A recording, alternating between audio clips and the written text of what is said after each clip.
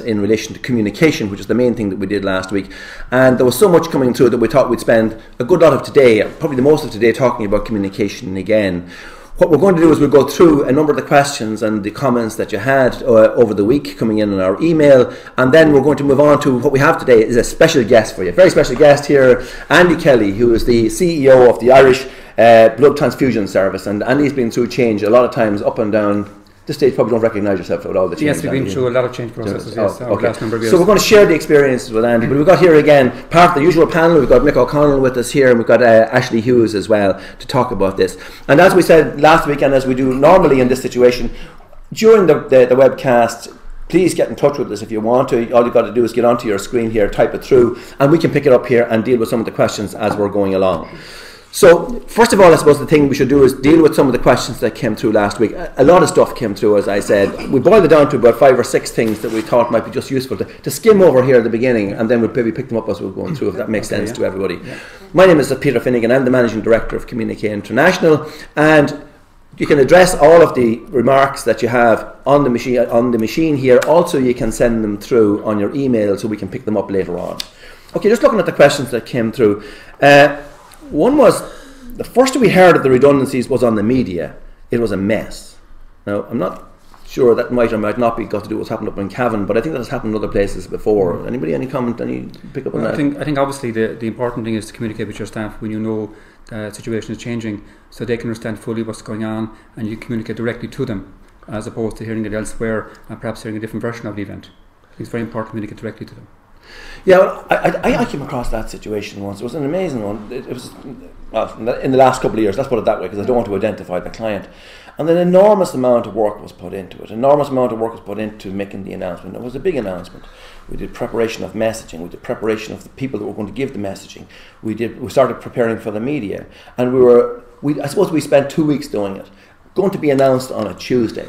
All the final touches were being put forward on the Monday. I was in there working literally on the Monday morning, going to work right through Monday.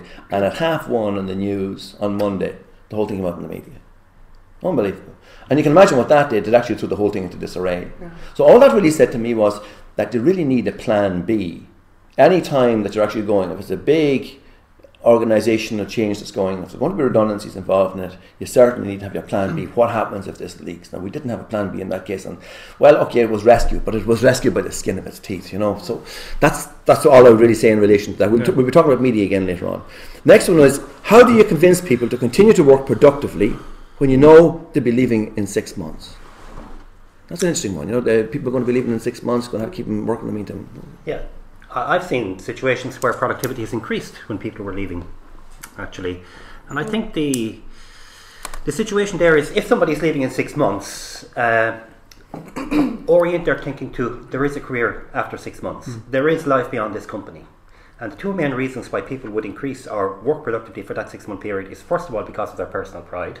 But secondly, because they have to think beyond that. And actually, the extent to which how I work in this 6 months is going to influence the rest of my career. And I think a company can help that process by giving them assistance in the areas of career development, CV preparation, interview preparation, giving them some time off to attend interviews, to actually help them in their strategies to look for alternative employment or jobs or what they want to do.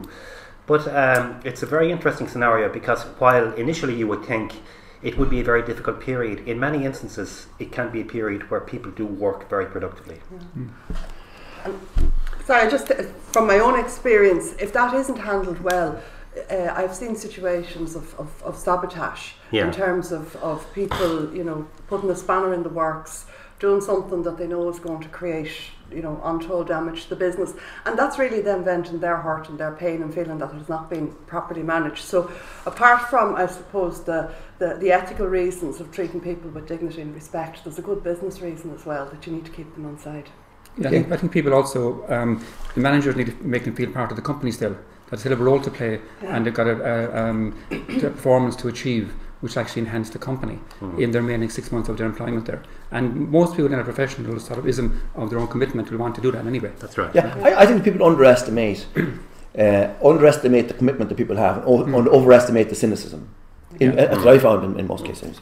Okay, next one is, what should managers do if staff reporting to them get emotional and upset? This can happen, particularly in the one-to-one meetings, and I think that's what this person is referring to here.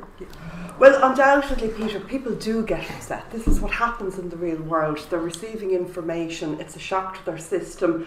And remember, what you're dealing with here is a very stressful, emotionally charged situation. So it's natural that people are going to break down or indeed get angry and respond in different ways.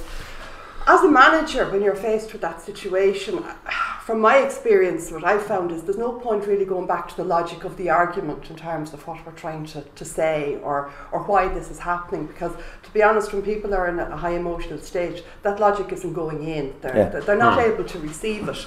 And so, to my mind, the role of the manager and what I've done in the past is really let them, be upset, empathise with them, listen to them, let them talk about, how they're feeling and what's going on inside them, and stand back. But it is difficult enough. It's difficult enough as a manager. It's very hard to find it.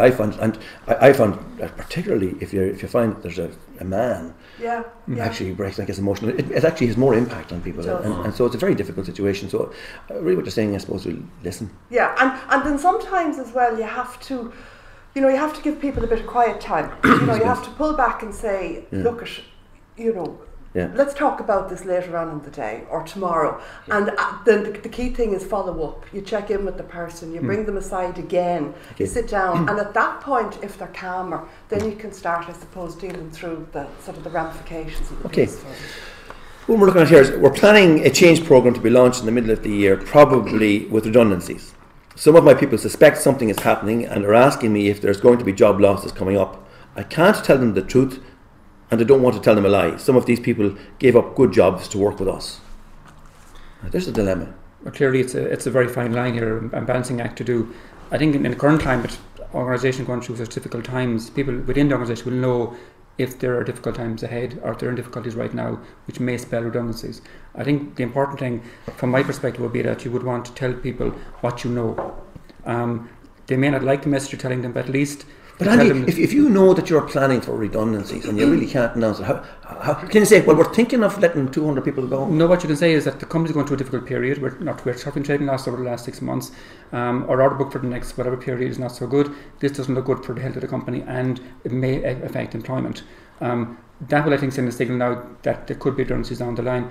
I think if you don't at least say that much, and redundancies happen in the next 6 months, you'll be accused of not being upfront with your employees and not telling them the truth as it's unfolding. Because then they'll know almost instinctively they're going to go through a bad period. They'll know that. What's your experience in that, Mick? My experience is that staff generally do know. The staff on the ground are the people who interact with customers. They know the level of demand that's coming from the marketplace. So they know probably, first of all, if there is a difficulty or there isn't a difficulty. I think the issue is to communicate, at all times communicate information that's real and that's truthful. So if you haven't made a decision, say you're reviewing the situation, but you haven't made a decision, when you do make a decision, or if you need to consult further with staff, you will be in communication with them. So I think the issue of the need to communicate is real. It's a question of what you can communicate at what time. Yeah, I suppose the thing around here is, and it's interesting to see the different perspectives on it. I mean, do you just say we're reviewing and we'll tell you all the information when we've done the review, or do you